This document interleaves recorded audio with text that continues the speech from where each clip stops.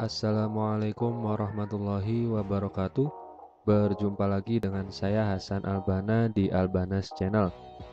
Di video kali ini kita akan membahas soal-soal tes wawasan kebangsaan untuk seleksi sekolah kedinasan tahun 2020.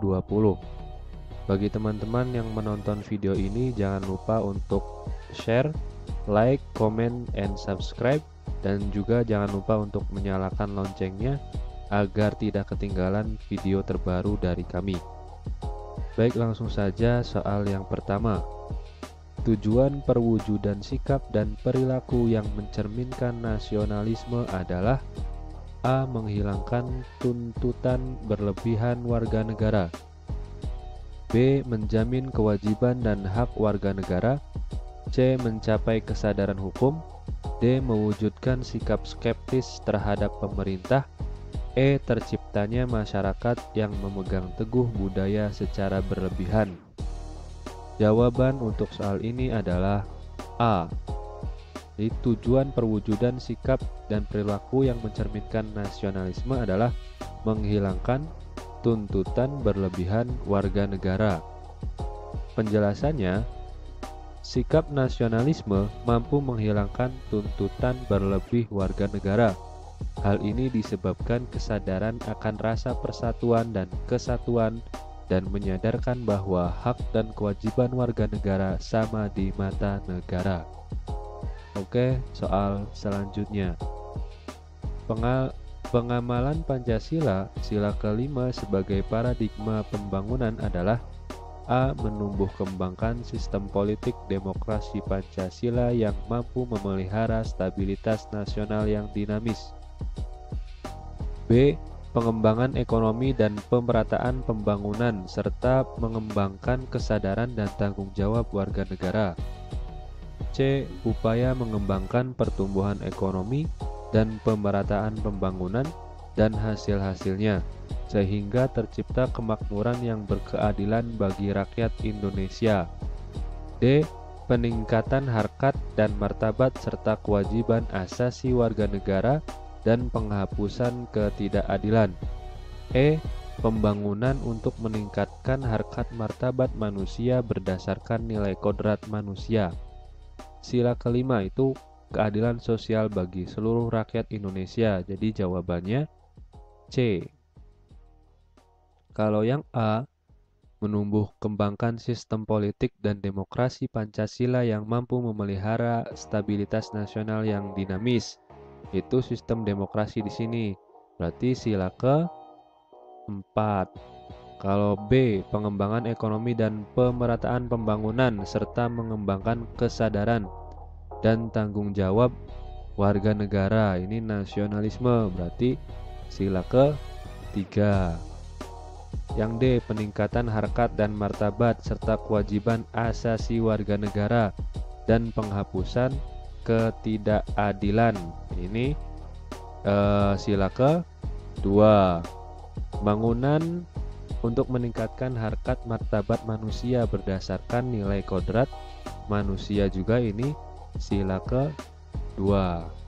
Nah, pembahasan di sini, pengamalan Pancasila, sila kelima sebagai paradigma pembangunan adalah upaya untuk mengembangkan pertumbuhan ekonomi dan pemerataan pembangunan dan hasil-hasilnya sehingga tercipta kemakmuran yang berkeadilan bagi rakyat Indonesia dalam sistem ekonomi yang disusun sebagai usaha bersama berdasar atas kekeluargaan. Oke, soal selanjutnya. Keterampilan kewarganegaraan diperlukan dalam memahami karakter dan identitas negara Indonesia.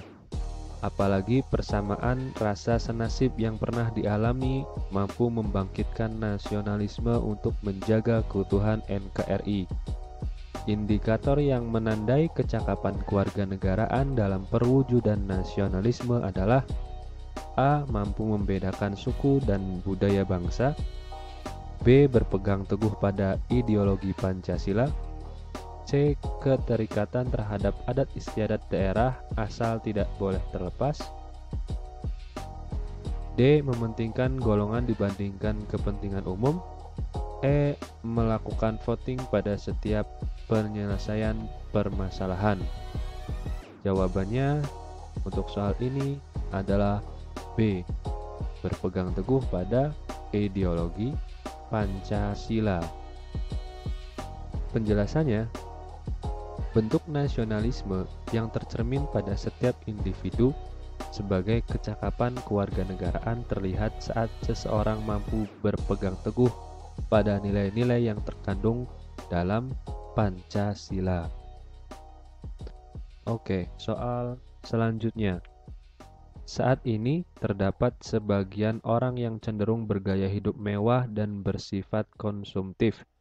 Mereka merasa bahwa dengan memakai barang mewah dan mahal akan dapat meningkatkan standar dan gaya hidup.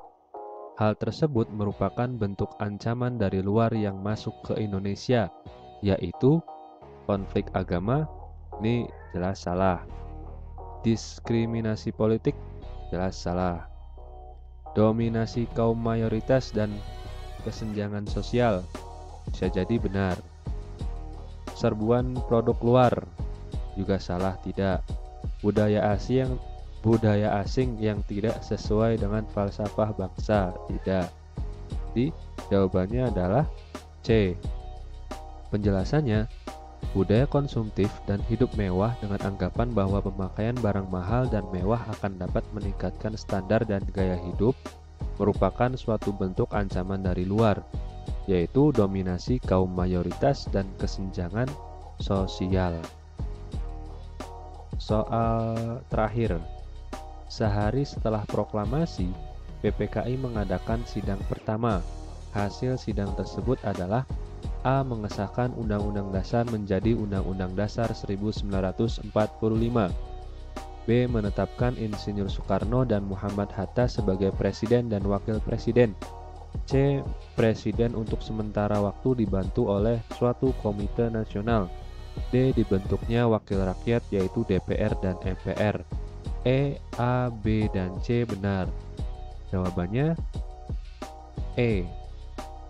A, B, dan C benar. Jadi sidang pertama setelah proklamasi PPKI itu ini A, B, dan C. Hasil sidangnya itu mengesahkan Undang-Undang Dasar menjadi Undang-Undang Dasar 1945, kemudian menetapkan Insinyur Soekarno dan Muhammad Hatta sebagai Presiden dan Wakil Presiden, kemudian Presiden untuk sementara waktu dibantu oleh suatu komite nasional. Nah, itu 5 soal yang sudah kita bahas. Semoga bermanfaat. Jangan lupa untuk selalu berdoa, semangat belajar, dan terus latihan-latihan agar kita terbiasa menjawab soal dan kita sudah siap menghadapi ujian. Terima kasih, semoga bermanfaat.